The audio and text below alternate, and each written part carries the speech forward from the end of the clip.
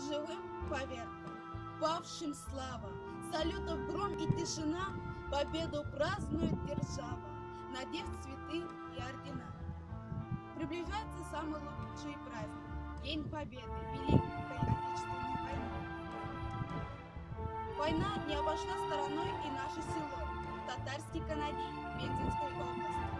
На защиту Отечества из нашего села вышли 317 человек, а домой израненными, но живыми вернулись 141 односельчанин. Я горжусь своими односельчанами.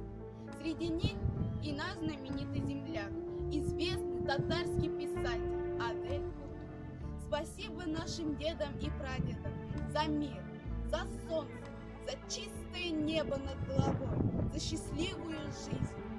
Война закончилась, и пушки замолчали, и годы сгладили великую беду, и мы живем, и опять весну встречаем День Победы, лучший день в году.